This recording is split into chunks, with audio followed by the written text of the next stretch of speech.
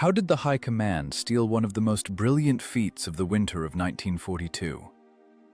A single Soviet tank forced 30 German machines to choke in the icy hell of the Dnieper. Yet, the truth of this meat grinder was rewritten by their own superiors, who dismissed the engagement's mathematics as an impossible lie. Decades later, historical justice was restored by the surviving enemy himself, who recounted the terrifying Ghost of Sokolovo in his memoirs. Watch to the end to find out why the bureaucrats were so afraid of this victory. The frozen ground vibrates. A fine, itching tremor carries the rhythm of hundreds of steel tracks. Thick, bluish exhaust crawls over the icy banks of the Dnieper, mingling with stinging snow dust. The air rings with frost, turning every breath into a searing blow to the lungs.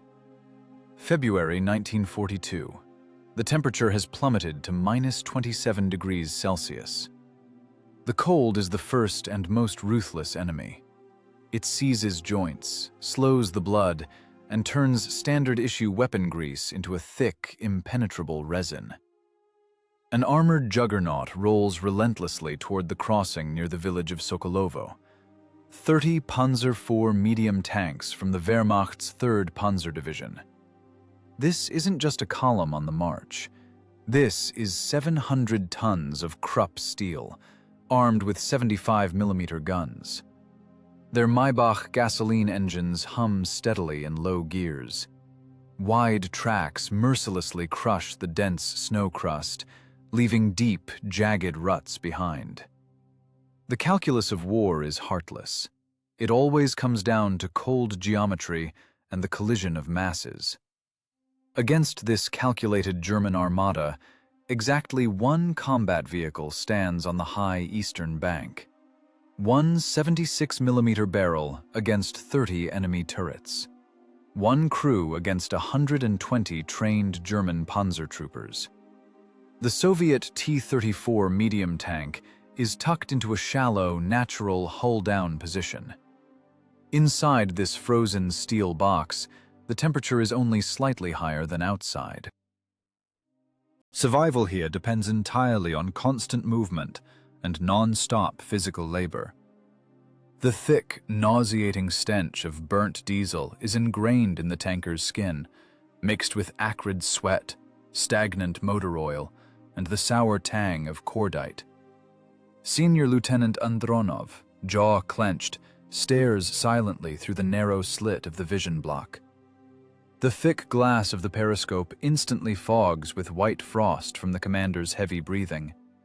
He has to wipe it away, over and over, with a calloused glove that lost all sensation long ago. Andronov is a cold, tactical chess player for whom men and machinery have become a single tool for survival. He doesn't think about grand heroism or self-sacrifice. Heroism in this steel tomb is icy calculation, maximum reaction speed, and an automatism honed to a primal absolute. The crew's mission, formulated by HQ with clinical brevity, cover the retreat of the main forces and hold the crossing at any cost. From the perspective of linear tactics, it's a death sentence, an impossible task if one thinks in terms of a static firefight. The 26-ton war machine shudders continuously from the pulse of the V2 12-cylinder diesel. The engine is warming up at the lowest possible RPMs to avoid drowning out the sound of the approaching enemy. The low-frequency rumble of the motor is partially muffled by high snow berms. The driver has a death grip on the steering levers. His fingers have long since cramped into painful spasms from the piercing cold and extreme nervous tension. The heavy steering clutches emit a dull, guttural clang at the slightest movement, echoing as a sharp pain in the eardrums. "Oil pressure?" Andronov's voice sounds steady and hollow over the intercom, without a trace of agitation. The clipped, sparse phrase barely cuts through the constant crackle of static in the headsets. "Pressure's good. Water temp is 60 degrees, the driver replies immediately. "Cycle delaying mechanisms. The grease is freezing up. Copy that. The heavy cast turret traverses a few degrees with a sharp, grinding sound. The electric drives hum with visible strain, fighting the brutal resistance of grease thickened by the frost. Maneuver warfare tactics do not forgive static positions. Armor only protects those who dictate the range and the angle of fire. The Soviet concept of the medium tank is an ideal synthesis of maneuver, protection, and firepower. This machine wasn't built to stand rooted in the frozen earth. The T-34 is 26 tons of aggressive maneuver, where steel tracks become a direct extension of the crew's legs. The superior power-to-weight ratio of the diesel engine allows this machine to make a sudden lunge, exiting the kill zone faster than the stiff electric drives can bring the heavy turrets of the German Panzer IVs to bear. But this vital lunge must be calculated with mathematical precision, down to a fraction of a second. The price of the slightest error in timing is scorched armor, an instant ammo cook-off, and death. Fear inside the turret is gone. The extreme cold has cauterized and frozen it. All that remains is primal muscle memory and a continuous ringing in the ears from the roar of the machinery. The loader, breathing heavily, checks the stowage of the unitary rounds on the floor one more time. Each shell weighs over 13 pounds. The frozen metal of the casings burns his hands with vicious cold, even through the thick wool of his tanker mittens. His back, thrown out by the constant hauling of heavy loads, throbs with sharp, pulsing pain with every sudden bend toward the ammo rack. The breech block has already slammed shut in the massive gun housing. An armor-piercing shell rests there, ready to punch through German steel. But Senior Lieutenant Andronov isn't staring through the sight at the boxy silhouette of the lead German tank. His hard, calculating gaze slides much lower, to the wide, meter-thick shell of the frozen river. The distance between the lone Soviet tank and the Wehrmacht armored column is closing rapidly. The vibration of the frozen ground intensifies manifold, transmitted through the tensioned tracks directly to the hull floor. 30 German crews, sheltered behind frontal armor, are absolutely confident in their overwhelming power as they move in a tight combat formation toward the Dnieper riverbed. Through their vision slits, they don't see the prepared ambush yet. They see only the empty, snow-covered far bank and the smooth ice of the crossing. But Andronov understands perfectly. Any static defense against such colossal numerical superiority is a guaranteed execution within the first minute of contact. Survival in this meat grinder is possible in only one way: by imposing his own deadly choreography on the stunned enemy. To execute this plan, a single position is catastrophically insufficient. They must move constantly.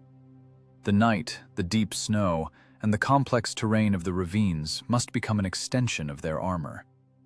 The machine and the men are committed to an aggressive maneuver. The aggressive maneuver begins with a total rejection of static defense. Standing still against vastly superior enemy forces means voluntarily turning 26 tons of Ural armor into a steel grave. Senior Lieutenant Andronov makes a hard engineering decision, employing roaming tank tactics.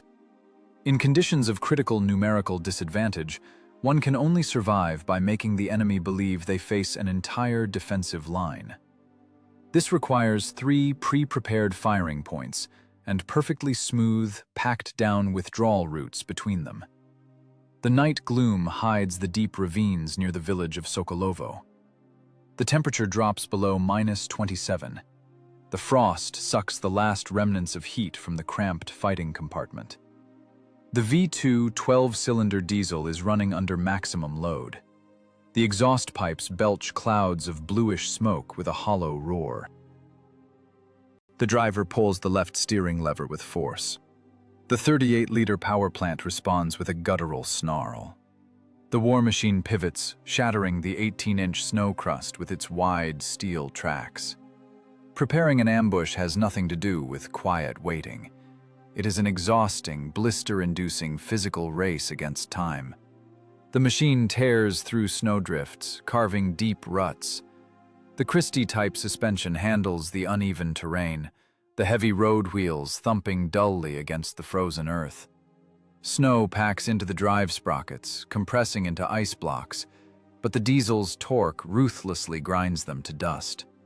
The tank reverses, then slams forward, using its full weight to pack down the path for a future lightning-fast withdrawal. Tomorrow in battle, there can be no bogging down here. The machine's transmission requires immense physical strength. To depress the master clutch pedal, the driver has to stomp it with nearly 70 pounds of force. His left leg cramps, but he continues to methodically throw the multi-ton machine from side to side, rolling out the route. The tankers leave the frozen interior of the hull. Heavy entrenching shovels and crowbars find their hands. The frozen ground won't yield. It's ice-bound rock that steel bounces off of with a sharp ring. To dig even a minimal hull-down pit, a colossal amount of energy must be spent. Shards of frozen clay lash their faces. Back muscles burn from constant strain. Joints creak in time with every blow of the heavy crowbar. The loader tears the skin off his hands on the frozen metal of the shovel, but continues to rhythmically hack at the ground. Adrenaline and the extreme cold reliably anesthetize the body. This is the physiology of war. Dirty, heavy work, where every movement consumes the last remaining calories. Ordinary construction lime is used for camouflage, mixed right in a bucket that once held diesel. The water skins over with ice instantly. It has to be constantly broken with a tool handle. With coarse brushes, the crew applies the white slush to the turret armor, the sloped glacis plate, and the gun mantlet. The lime crystallizes, coating the metal in a rough crust. The T-34 visually dissolves into the snow-covered slopes. The geometry of the trap is calculated with mathematical rigor. The first position is the primary, frontal one, with a direct line of sight to the riverbed and minimum barrel elevation. The second point is hidden behind a fold in the terrain 150 meters to the left. The path to it lies through a deep ravine. 26 tons of armored steel must cover this distance at the maximum RPMs of third gear. The driver runs the machine through this route over and over, achieving perfect traction. The steering clutches smoke from the overload. The scream of the gears in the transmission cuts through the night silence. The third position is set up on a rise, offering an excellent view of the distant approaches. "Go left! Take it steeper!"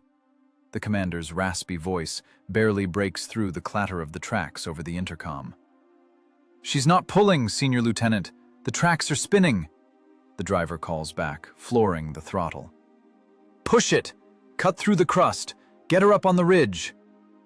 The tank crawls onto the high ground with a strained snarl, leaving crushed scars in the frozen earth. The screech of steel track lugs against frozen roots is deafening. The machine fits into the narrow corridor of the alternate position with only inches to spare.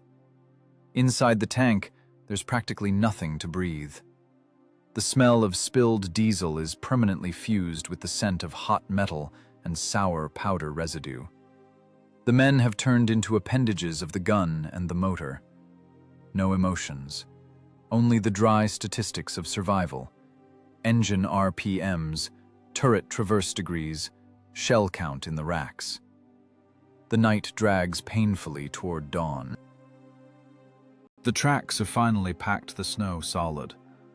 The ground pressure of the medium tank is only about 9 pounds per square inch, and the wide tracks allow the machine to glide over the packed snow. The crew's physical exhaustion has reached its limit. Hearts beat heavily, pumping thick blood through their veins. The road wheels roll over the hard crust one last time with a metallic clatter. The engine throttles down to a low grumble. Preparation is complete. Senior Lieutenant Andronov leans into the frosted sight again. The crosshairs settle exactly on the dark, wide strip far below. There, where the lethal current slumbers beneath the white shell, on the frozen, ready-to-crack ice of the Dnieper. The lethal current of the Dnieper is safely hidden under a 3-foot layer of winter armor.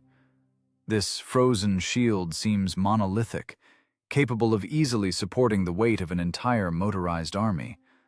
But Senior Lieutenant Andronov reads the river's terrain differently. To him, the flat, white ice is not a natural barrier, but a cocked engineering trap waiting for its victim. Where the riverbed naturally narrows, the deep water accelerates, aggressively eroding the ice from below. The bitter frost of -27 degrees locks the surface tight, yet the laws of hydrodynamics remain relentless. Over the rapids, the winter cover is always thinner, more treacherous, and more brittle. The tank commander uses the topography of the land as his primary and most destructive weapon. Andronov's eyes are glued to the eyepiece of the tank's telescopic sight. His heavy breathing instantly turns into thick steam inside the frozen steel turret. A white, impenetrable frost immediately coats the cold glass of the optics, robbing the gunner of vital control over the battlefield. The battlefield demands absolute visual clarity, so the optics require constant, grueling maintenance. A rough mitten, stiffened by the brutal frost, repeatedly wipes the sharp ice crystals from the lens of the TMFD-7 sight. The thin black lines of the rangefinder scale tremble slightly in time with the continuous pulse of the idling diesel engine. Inside the tank commander's head, a non-stop, cold computational process is underway. He searches for reliable landmarks on the snow-covered far bank, matching their dimensions with the mill-scale values.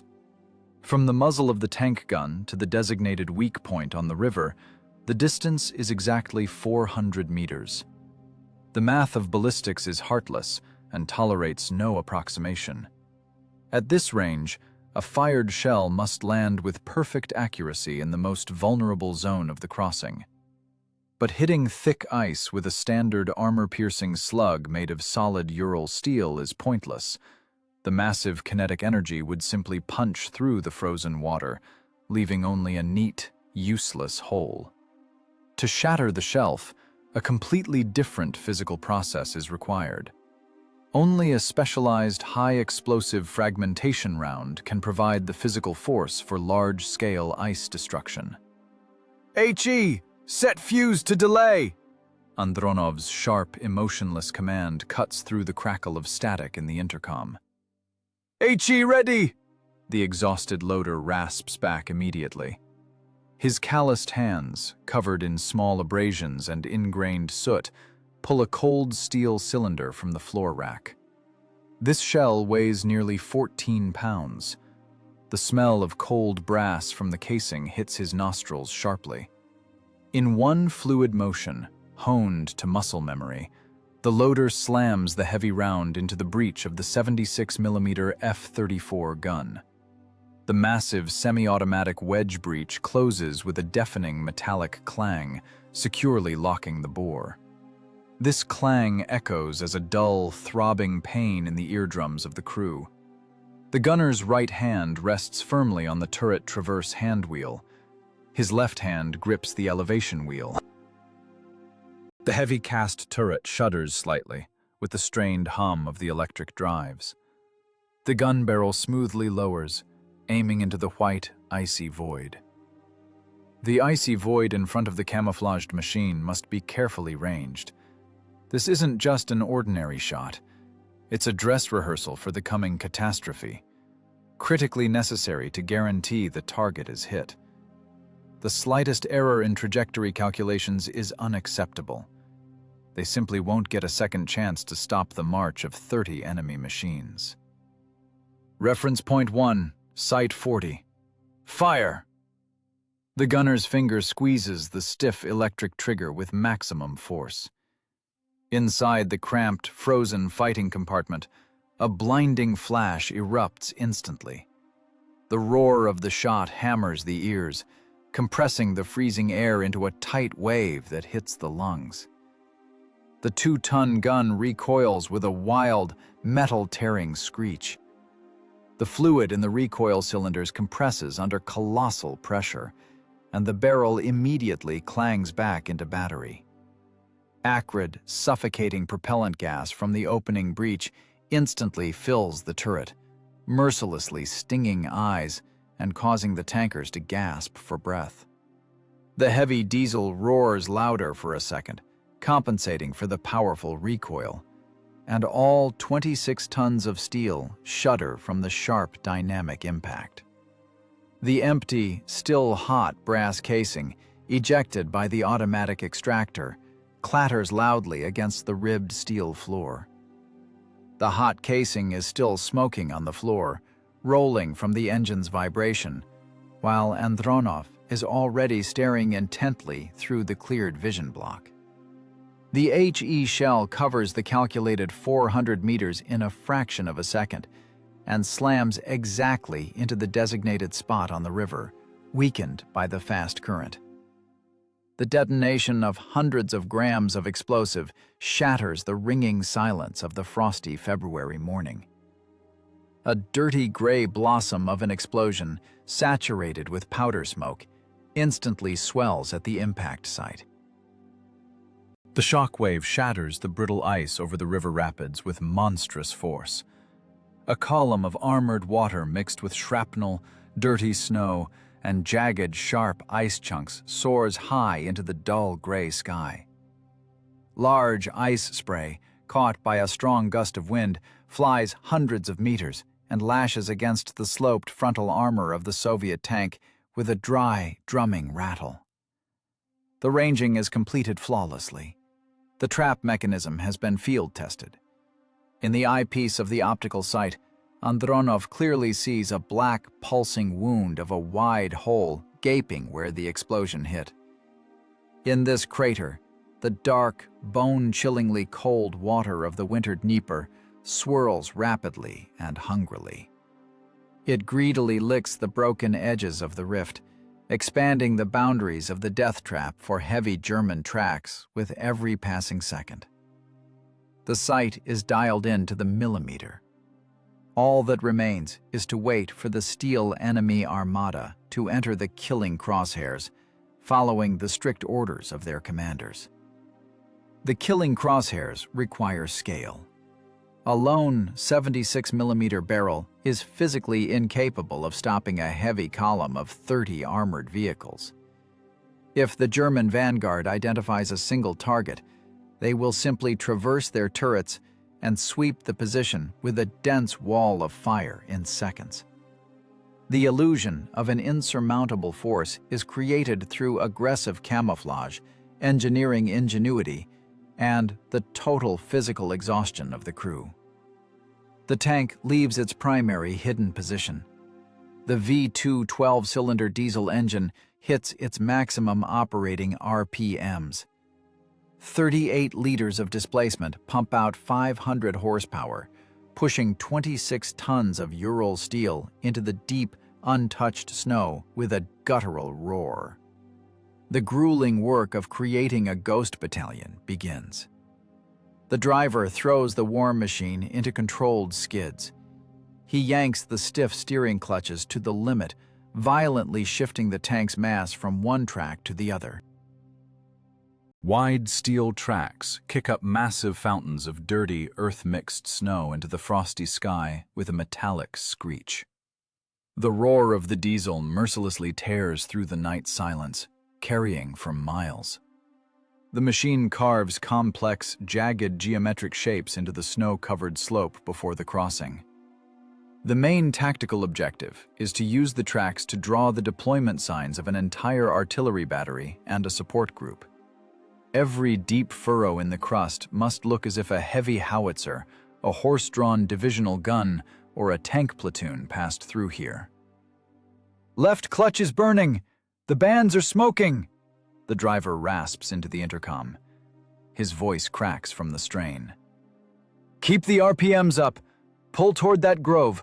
Cut the crust in a zigzag!" Commander Andronov replies dryly, without a hint of emotion.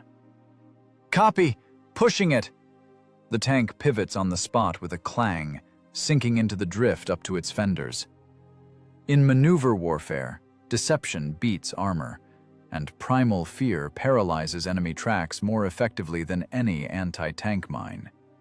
The enemy must be frightened, stopped, and made to doubt before the first shot is even fired. The crew leaves the warmed interior of the turret again, leaving the engine to idle. The temperature of -27 degrees instantly freezes the sweat on their damp undershirts beneath their thick tank coveralls. Heavy axes find their hands, now covered in blisters and abrasions. The men chop thick pine trunks in a nearby tree line. The wood, frozen through, rings and shatters under the blades like brittle glass in the brutal cold. The shock from every blow numbs their forearms. The loader and the gunner radio operator, breathing heavily and sinking waist-deep into the drifts, drag the heavy logs to the bushes on the ridge of the ravine. The tree trunks are pre-charred with a roaring blowtorch to a deep, matte black. From a distance, in the gray dawn haze, they will perfectly mimic the blued steel of long-barreled guns. The fake cannons are set up at various firing angles, strictly covering the approaches to the river. The snow around these logs is generously doused with used motor oil and diesel and sprinkled with ash. Black, dirty stains against the perfectly white background are a flawless visual imitation of the tracks left by a bustling artillery crew. The tank continues to ruthlessly iron the snow in front of the decoy positions, creating the appearance of active vehicle deployment. Multi-ton tracks crush brushwood and snap small trees, leaving behind a chaos of calculated destruction. The driver's hands are raw and bloody. The manual steering levers, devoid of any power assistance, demand back-breaking physical effort. To pivot 26 tons of steel on a dime, he must haul back on a steel lever with 60 pounds of force, repeating the motion hundreds of times in a single short night. His back throbs with an unbearable ache from the constant, gut-wrenching vibration. His spine absorbs every jarring impact as the road wheels slam against frozen boulders and roots hidden beneath the snow. The acrid stench of scorched oil from the blistering transmission compartment stings his eyes, forcing involuntary tears. Yet the machine moves relentlessly, back and forth. It grinds out decoy ramps, backs into ravines, and meticulously conceals the only true path for the coming withdrawal. Psychological pressure on the enemy is built through the calculated organization of the terrain. German optical recon must spot this slope, scarred by wide tracks, through their Zeiss binoculars and reach the only logical conclusion. A reinforced anti-tank line is dug in deep here. Deep, sharp shadows cast by the snow berms the machine piled up amplify the optical illusion. Military deception only works when it is backed by the extreme physical labor of the soldiers. Senior Lieutenant Andronov patrols on foot, personally inspecting every dummy firing position and gauging the sight lines from the river. Darkness recedes slowly, reluctantly. The eastern sky bleeds a cold, leaden grey. The T-34's engine finally throttles down, settling into a steady, muffled growl within its hide. The grand illusion is set. The massive slope above the river is crisscrossed by dozens of intersecting track ruts. Charred log ends jut out like predators from beneath crushed brush. The freezing air is thick with the sharp tang of burnt diesel and freshly churned frozen earth. The exhausted crew takes their stations in the cramped fighting compartment. Muscles cramp from bone-deep fatigue and the piercing cold. Breathing becomes shallow and rapid. The machine goes still in its revetment. Now begins the most grueling phase of war, the tense wait that squeezes the nerves like a steel fist. The tension of waiting grinds down the psyche, far worse than a direct firefight. Inside the fully buttoned-down tank, the silence becomes a physical weight. The 12-cylinder diesel is dead. The last remnants of engine heat, accumulated during the night's maneuvering, bleed rapidly out of the cramped fighting compartment through 45mm plates of rolled, homogeneous armor. The temperature inside the multi-ton machine drops relentlessly, matching the -27 degrees Celsius outside. The frost ruthlessly chills the blood, slowing reactions and turning standard mechanical grease into thick, stubborn sludge.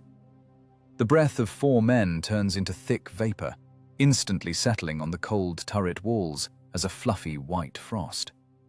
Every minute spent stationary without heat is a steady step towards severe frostbite.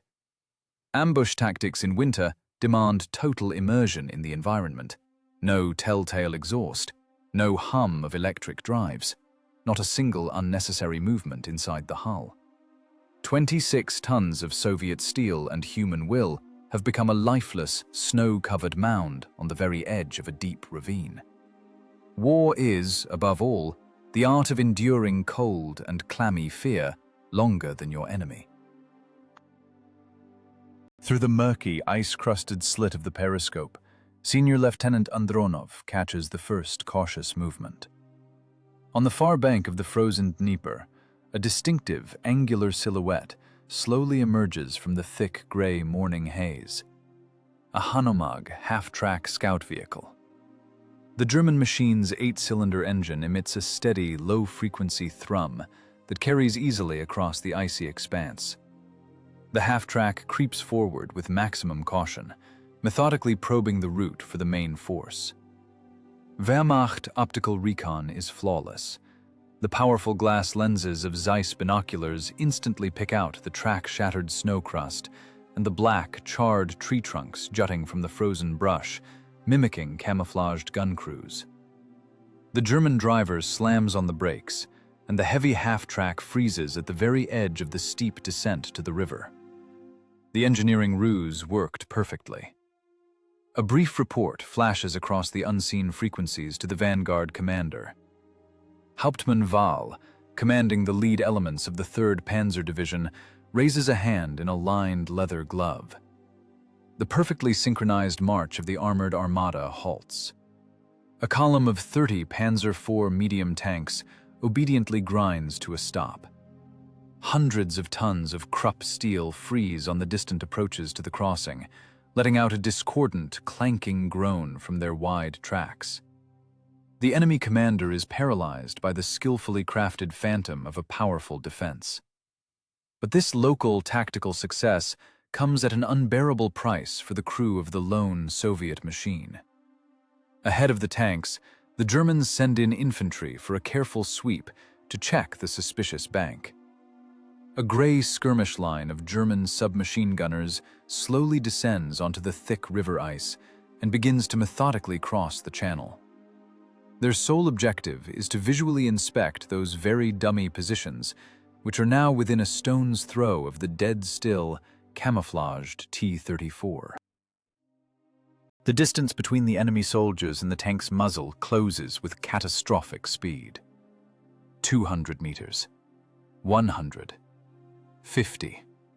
In the absolute, ringing, frost-bound silence inside the steel box, the dry, rhythmic crunch of frozen snow under the hobnailed boots of the enemy infantry becomes clearly audible.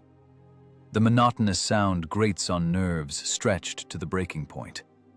The Germans advance in a skirmish line, submachine guns at the ready, prepared to unleash a suppressive storm of fire at the slightest suspicion. The cold has long since frozen their fear. All that remains is flawless muscle memory and the instinct for physical survival. The loader instinctively leans his whole body forward.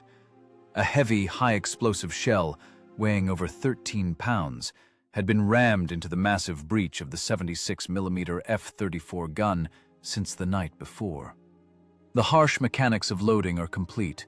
The heavy steel breech block is up, sealing the barrel tight. The slightest rustle inside the turret, an accidental scrape of a boot against the ribbed floor, or a loud breath could instantly give away their hidden position. The gunner's index finger turns white from extreme tension against the cold metal of the electric trigger. He presses his bloodshot eye hard against the rubber eyepiece of the optic. Seeing the gray wool greatcoats so close, he can make out the details of their infantry gear. The tanker's breath hitches in his chest. His heart hammers a frantic rhythm, pumping blood thickened by the cold.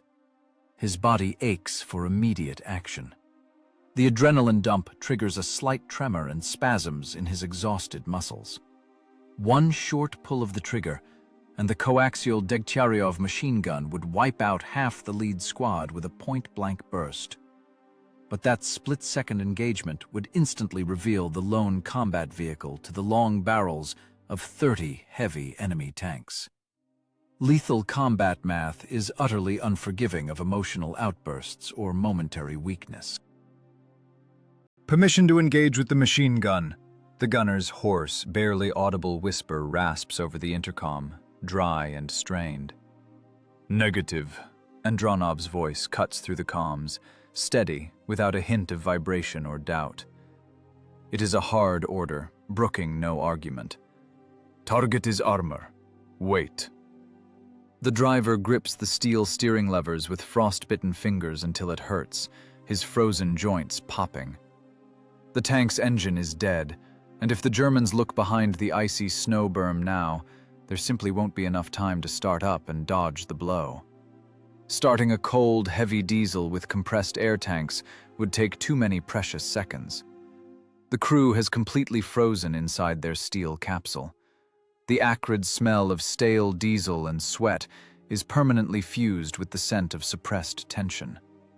A German NCO stops barely 30 meters from the camouflaged Soviet machine.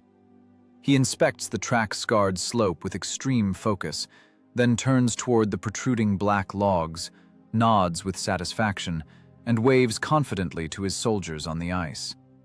The enemy completely bought the stage set they'd been presented with. The infantry begins to slowly pivot, giving a visual signal to the main armored force. The test is passed. The main weight of the German armor, engines roaring to life, begins a slow, confident advance directly onto the lethal ice. The move onto the deadly ice begins with deceptive deliberation. A point element of 3 Panzer IVs slides down the gentle bank onto the Dnieper's channel, locked tight by February frost. The 400mm wide tracks crush the hard crust with a dry, continuous crunch, steel grousers hungrily biting into the frozen river surface. 24 tons of Krupp steel in each German machine settle onto the ice shield with a heavy clang. War never forgives tactical predictability. A textbook solution on the battlefield is always a voluntary death warrant for an entire unit. The enemy Vanguard commander completely bought into the fake artillery line on the heights, and chose what he thought was the most logical and safe path: a straight march across the open river, far from mined roads and zeroed-in brush. The distance closes rapidly. Through the TMFD-7 optic, Senior Lieutenant Andronov sees with crystalline clarity how the white crosses on the gray turrets fill the mill scale. The lead tank relentlessly approaches that invisible line, where the river's powerful deep current has already thinned the ice sheet to a critical point, and the morning's ranging shot has finally shattered its structural integrity. Inside the turret, frozen through and through, time compresses into a tight steel spring, ringing with tension. It is nearly impossible to breathe. What little oxygen remains has long been displaced by the thick stench of old sweat, diesel spilled on metal, and weapon grease ground into the wool of their coveralls. The gunner's fingers have fused to the ebonite handles of the laying mechanisms, his pulse gone. Under the lead's track, H.E., the commander's dry, emotionless whisper over the intercom sounds like the sharp click of a hammer cocking. Target in the crosshairs, the gunner replies, just as short, on a single exhale. Fire. A thumb mashes down on the stiff electric trigger with everything it's got. The circuit closes. A short pulse hits the primer at the base of the heavy brass casing. The igniter flares, instantly lighting a propellant charge of over 2 pounds of nitroglycerin powder. Inside the cramped breech of the 76mm F-34 gun, the pressure of incandescent gases skyrockets to 35,000 pounds per square inch in thousandths of a second.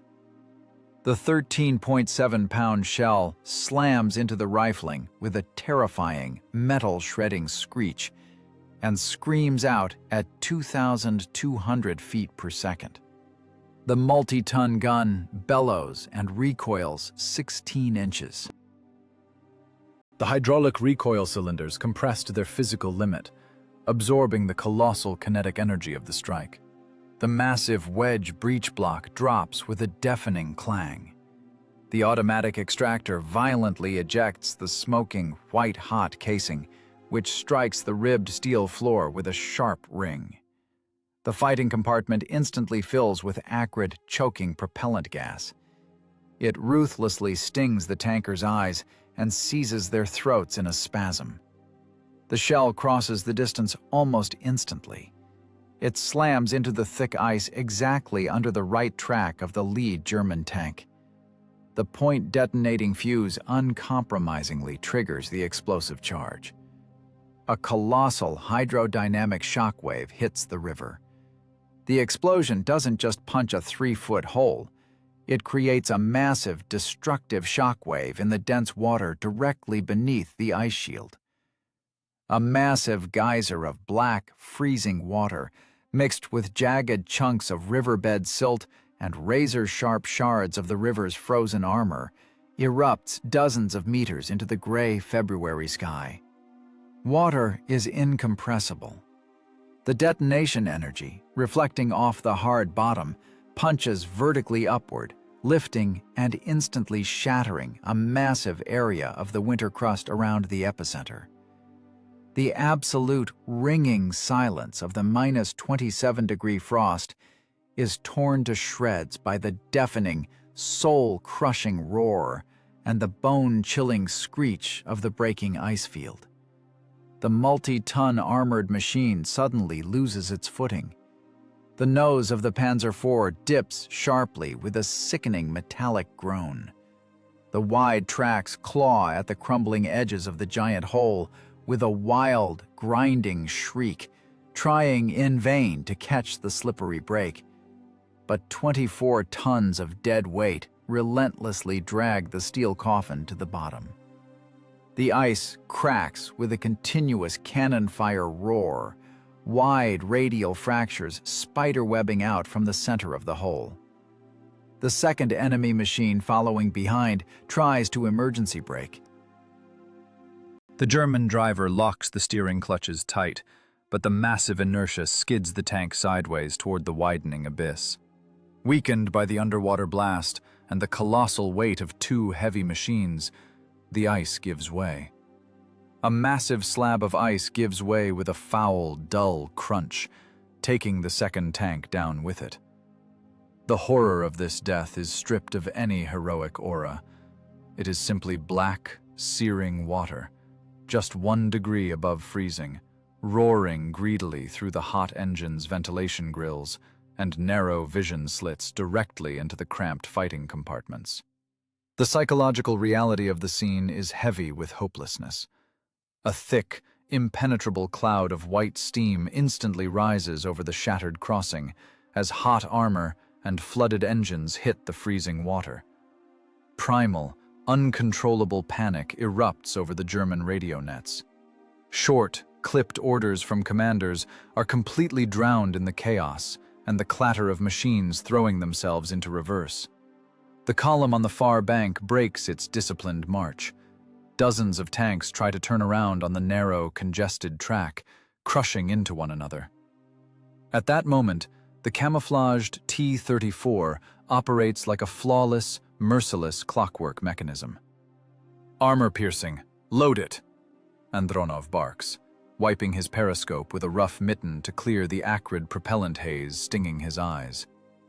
The loader, choking on a hacking cough from the blue smoke, boots slipping on the spent casing, rams the next heavy AP shell into the smoking breach with superhuman effort. The clang of the steel breech block hammers against their eardrums. The tank no longer has the right to stay put. The bright flash of the first shot has completely compromised their position to the 28 remaining enemy guns. "Start it up," the commander snaps into the intercom. The driver slaps the compressed air valve. The 12-cylinder diesel shudders, its massive block convulsing, and spits a thick cloud of black smoke into the clean snow with a primitive roar. The steel tracks clank as they take up the slack. Now begins a frantic race across broken ground, where life is measured solely in seconds and horsepower. Seconds and horsepower merge into the single strained roar of the 12-cylinder diesel. The bright flash of the first shot finally stripped away the camouflage, turning the lone ambush into a perfect target. The enemy reacts with the brutal automaticity of a well-oiled military machine. The 28 heavy German tanks remaining on solid ground instantly traverse their turrets toward the source of the threat. The enemy's stiff electric drives hum in unison, zeroing their long 75mm guns onto the lone firing point. A blistering wall of return fire rips through the freezing air with a dense, unbearable howl. Dozens of AP and HE shells slam into the position the Soviet crew just vacated with a monstrous whistle. Massive geysers of snow, mixed with frozen soil, shattered ice, and shrapnel-sheared pine branches, erupt into the gray February sky. Jagged shrapnel, like giant buckshot, ruthlessly peppers the sloped 45mm plates of the T-34's rolled armor. The roar of glancing hits echoes inside the turret like a deafening funeral bell. "Reverse! Into the ravine! Get us out of here!" Senior Lieutenant Andronov's clipped, emotionless command cuts through the solid crackle of static on the intercom and the roar of nearby explosions. "Moving!" the driver rasps. With every ounce of strength he has left, he hauls back on the stiff steel steering levers and slams the gear selector into reverse with a loud, painful crunch of gears. Turning around under fire is out of the question. To expose the thin, vertical rear armor to a sighted volley from an enemy tank company meant certain death, burning alive alongside 130 gallons of diesel fuel in the tanks. 26 tons of Ural steel, tracks clanking wildly, tear away from the spot, racing blindly backward into a deep natural hollow along the tracks they'd ground out during the night. The heavy Christie-type coil spring suspension works overtime, every frozen bump jarring the spine. The multi-ton war machine literally drops into the saving snow labyrinth of the ravine, slipping out of the line of sight mere fractions of a second before a firestorm of direct hits erupts where they had just been standing. A frantic, grueling cross-country race begins. It is a continuous maneuver at the absolute limit of mechanical and human endurance. Inside the frozen steel box, it is a pitch-black hell of suffocation. "Second position! Third gear! Floor it! Break the crust!" The commander's voice shows no fear, only the icy calculation of survival geometry. The driver stomps his boot onto the main clutch pedal. Depressing it fully requires a constant 65 pounds of force. A brutal, stabbing cramp instantly seizes his left leg. His frostbitten fingers are rubbed raw against the coarse metal of the steering levers, which lack any power assist. The thin skin on his palms splits, but the sharp pain is completely blocked by a massive adrenaline dump. The T-34 lunges forward with a powerful surge. An excellent power-to-weight ratio of nearly 20 horsepower per ton allows the Soviet machine to make an incredibly fast dash along the bottom of the winding ravine. The V2 diesel screams at its red line, belching thick, black clouds of unburnt fuel through the exhaust pipes. The wide steel tracks bite into the frozen earth with a vengeance, kicking up heavy clods of mud and packed ice from beneath the drive sprockets. The physiology of a maneuvering battle leaves absolutely no room for thought or fear. The men are tossed from side to side within the armored capsule. The loader slams onto his knees, smashing his joints against the ribbed steel floor until they bleed. But he clutches the heavy 13-pound armor-piercing shell to his chest like his most precious possession. There is no air left to breathe in the confined space. The acrid, corrosive propellant gas from the first shot has mixed with exhaust fumes sucked into the fighting compartment and the vapors of scorching transmission oil. Eyes water constantly. A dry, choking lump sits in the throat, triggering spasmodic coughing. But the crew continues to function as a single, perfectly tuned biological mechanism, fused to the steel levers, hand wheels, and sights. The deep ravine reliably hides the tank's rapid movement from enemy optics. German gunners, blinded by rage and snow dust, continue to methodically plow the empty slope with HE shells, aiming at old track marks and the charred dummy logs set out during the night. The perfect synthesis of maneuver, speed, and detailed terrain knowledge yields its deadly fruit. The T-34, its engine roaring hoarsely, surges up the steep climb out of the hollow and bursts onto the second, pre-prepared alternate position. "Shortstop! The trailer! AP!" Andronov's bloodshot eye is already glued to the telescopic sight, centering the fine crosshairs on the panicked enemy column stretched along the icy bank. The driver simultaneously hauls back on the left steering lever and slams on the brakes. 26 tons of metal make a sharp, earth-shredding pivot. A geyser of snow and frozen soil erupts from under the locked left track.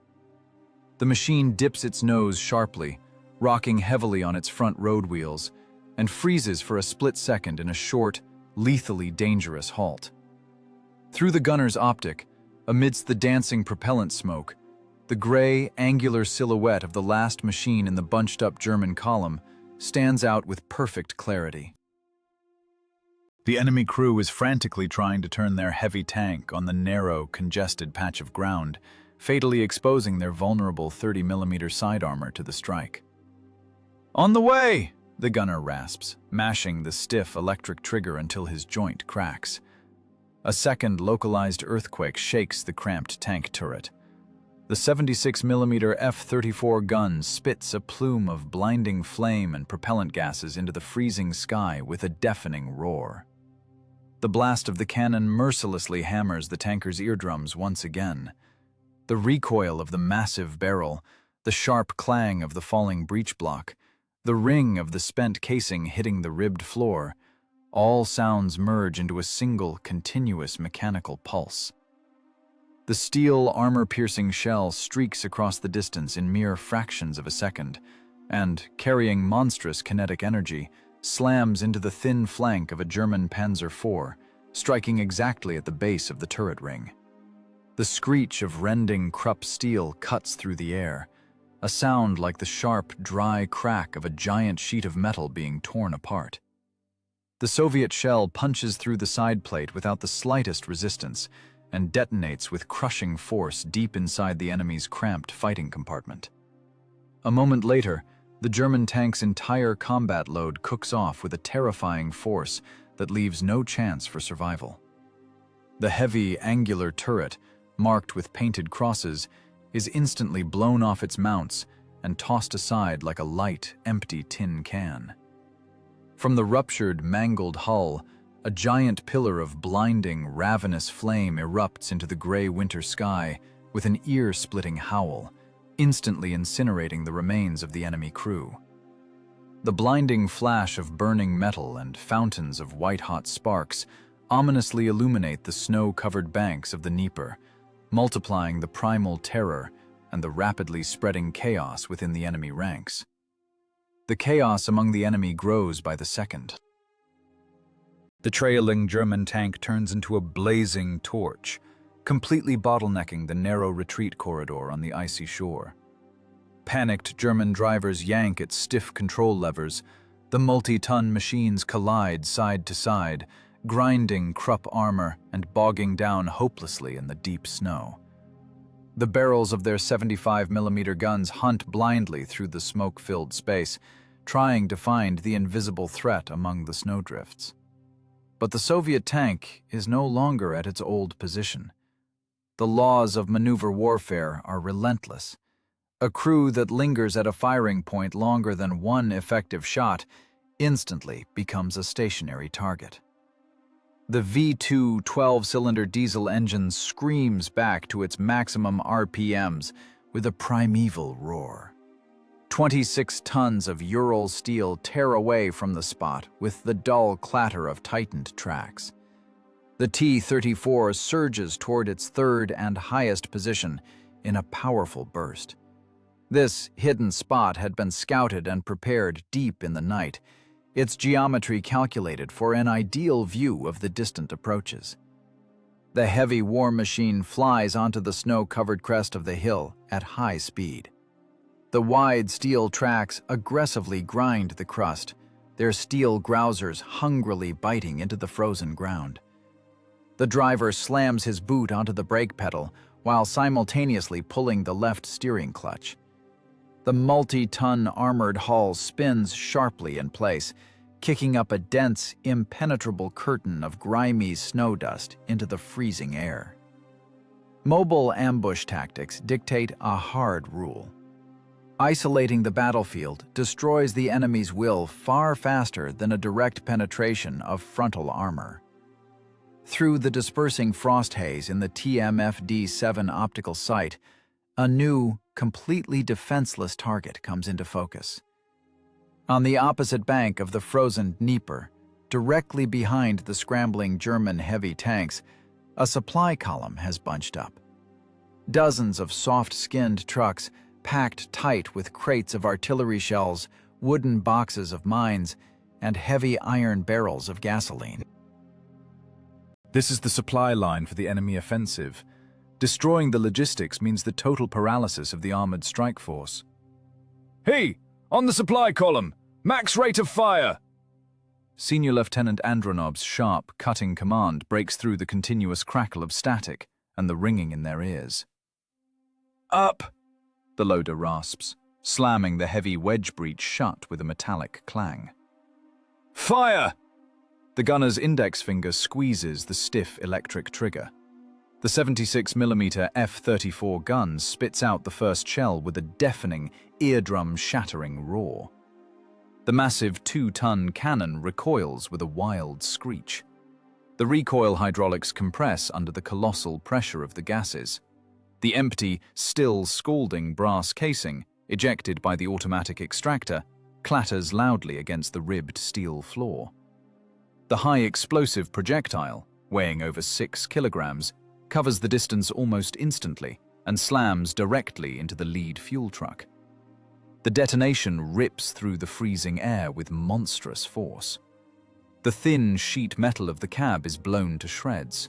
Heavy fuel barrels soar into the grey sky and burst with a roar, drenching the blinding white snow in a hellish, screaming inferno. But the T-34 crew doesn't stop to admire the results.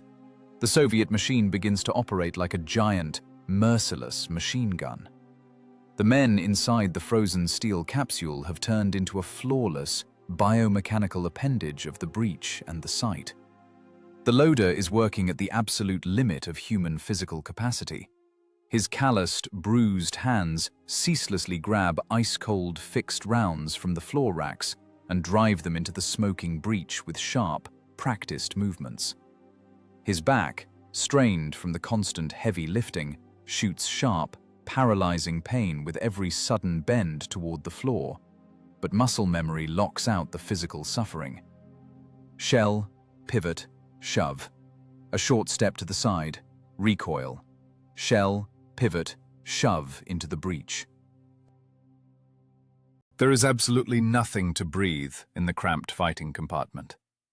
The powerful electric fan on the turret roof physically cannot handle the monstrous concentration of toxic propellant fumes. The air becomes thick, acrid, and sour. It mercilessly sears the lining of their eyes, forcing tears to stream down their grimy, soot-stained faces. The tankers choke on dry, spasmodic coughs, but the rate of fire doesn't drop for a second. The tank floor is rapidly covered in a solid carpet of spent casings. They roll under heavy boots, ringing loudly and burning ankles through the thick wool of tank coveralls, turning every movement inside the cramped turret into a deadly balancing act. Second shot. third, fourth, fifth. The Soviet gun methodically plows through the enemy shore with icy mathematical precision. A series of monstrous secondary explosions shakes the frozen earth. These are the ammo trucks blowing up. Heavy shrapnel tears through canvas covers, punches clean through cylinder blocks, and mercilessly mows down the panicked German drivers. The logistical tale of the Wehrmacht's 3rd Panzer Division ceases to exist, turning into a solid, roaring wall of fire. The multiplication of chaos reaches its critical, irreversible phase. The heavy German tanks, caught in a death trap between the broken river ice, their burning comrade at the rear, and their own blazing supply lines, finally lose all combat control. Discipline shatters. The German commander's orders are drowned out by panicked screams over the radio and the roar of exploding shells. The enemy is broken psychologically and tactically. The surviving enemy crews begin to back away slowly, convulsively. Tracks churn the snow with a metallic clatter. 30 tanks have turned into a disorganized mob of fugitives, abandoning the smashed crossing, their slaughtered infantry, and their burning trucks. Mission accomplished. The crew works as a single monolithic mechanism, without a hint of emotion, silently tracking the enemy's retreat through frosted optics. Ahead lies only the absolute void of empty ammo racks and the encroaching blizzard, into which the multi-ton machine must now vanish. The multi-ton machine vanishes into the approaching blizzard, with the mathematical inevitability of a spent mechanism. The ammo racks are bone dry. On the ribbed steel floor, in puddles of melted snow and engine oil, only dozens of hot, spent 76mm brass casings roll around. The mission was executed with flawless brutality. The strategic crossing on the Dnieper River has been hopelessly destroyed by a precise hydrodynamic strike. And on the opposite bank, the logistical tail of the Wehrmacht's 3rd Panzer Division smolders in clouds of acrid black smoke. Now the crew's survival is purely a matter of mechanical reliability and blind luck in the storm. Survival in war isn't a reward for valor. It's just a routine part of the grind, requiring the same cold blood as pulling the electric trigger. The V2 12-cylinder diesel engine roars at its red line, putting out all 500 of its horsepower. 38 liters of displacement continuously burn through diesel, pushing the armored hull through the snowdrifts. "Fall back, head for the grove, floor it!" Senior Lieutenant Andronov's dry, colorless voice crackles over the intercom. He doesn't even have the strength for a hint of intonation. "Copy, holding course," the driver responds hollowly through clenched teeth. He pulls the ice-cold steel control levers with a fierce, tendon-straining effort. Without its combat load, the 26-ton T-34 has become slightly lighter, its ground pressure dropping, allowing the wide tracks to cut through the deep February crust more confidently. The machine surges away from the 3rd firing position in a powerful lurch, leaving behind only a long trail of broken brush and clouds of blue-gray exhaust. The blizzard slams into the cratered slope like a dense, impenetrable white wall. The temperature plummets rapidly below -27 degrees Celsius. The gale-force wind howls as it hits the sloped plates of 45mm rolled armor, instantly turning the thick powder soot on the turret into a hard crust of ice. The Germans, recovering from the initial paralyzing shock, open blind suppressive fire on the heights. Dozens of heavy, high-explosive shells rip through the void behind the departing Soviet tank with a monstrous, ear-piercing whistle. The frozen earth trembles from the continuous detonations. Sharp, steel fragments shear through pine trunks with a dry crack and thud dully against the machine's rear armor, causing no fatal damage. Speed and the raging elements become the best shield for the retreating crew. Competent maneuvering and knowledge of the terrain save lives where even the thickest Krupp steel fails. The race through the blinding blizzard is devoid of any cinematic romance. It is pure, grueling physiology at the limit of human endurance. Inside the cramped fighting compartment, there is still nothing to breathe. The acrid, suffocating propellant gas has soaked into the thick wool of their coveralls, mixing with the nauseating smell of spilled diesel and burnt wiring. The tank jolts violently with a metallic clang over ruts hidden beneath the snow. The Christie-type spring suspension absorbs colossal dynamic shocks, mercilessly transmitting the harsh vibration directly into the crew's wrecked spines. The driver is operating the multi-ton machine almost blind. The glass of the vision block is caked with wet snow and grimy ice. He relies solely on the muscle memory of long night maneuvers and Andronov's short commands. Through the frosted panorama, the commander tries to make out the vague, blurred outlines of the life-saving forest. The driver's hands, locked onto the cold metal of the levers, lost all sensation long ago. Every press of the stiff main clutch pedal sends a sharp, pulsing pain through his left leg, which is locked in a brutal cramp. After nearly 30 minutes of continuous, exhausting movement, the roar of German artillery bursts finally drowns in the endless howl of the blizzard. 26 tons of Soviet metal successfully cross the invisible front line and pull heavily into the safety of their own lines. "Kill the engine," Andronov commands curtly, finally taking his frost-bitten hands off the traverse and elevation handwheels. The driver forcefully shuts the fuel valve. The massive diesel gives one last guttural growl, shudders heavily through its entire cylinder block, and abruptly goes silent. An absolute, ringing, frozen silence follows. It presses on their inflamed eardrums far harder than the recent thunder of the 76mm gun. At that very moment, what the merciless physiology of war had been putting off finally happens. A total chemical adrenaline dump into the bloodstream. The icy calm that had kept the men on the edge of survival for hours shatters instantly, leaving only emptiness behind. The tankers' bodies go limp in their seats. The loader sinks onto the ribbed floor of the fighting compartment, covered in slippery casings, with a dull, raspy groan. His chest heaves heavily, desperately trying to gulp in as much freezing, clean air as possible through the open turret hatch. The driver, slowly, with stiff fingers wooden from the cold, unbuckles the leather strap of his tanker's helmet. He pulls it off his head with difficulty, and in the dim light of the breaking dawn, his mangled hands can be seen shaking violently. It isn't fear. Fear was gone long ago. It is a basic biological reaction of an exhausted organism to extreme physical stress and the primal terror they endured. The driver's lips tremble incessantly. His face is completely covered in a thick layer of black powder soot, through which grimy white streaks of dried sweat emerge. No losses. The war machine is fully operational. But the real price of this dry staff statistic is forever written on the haggard faces of these 4 men.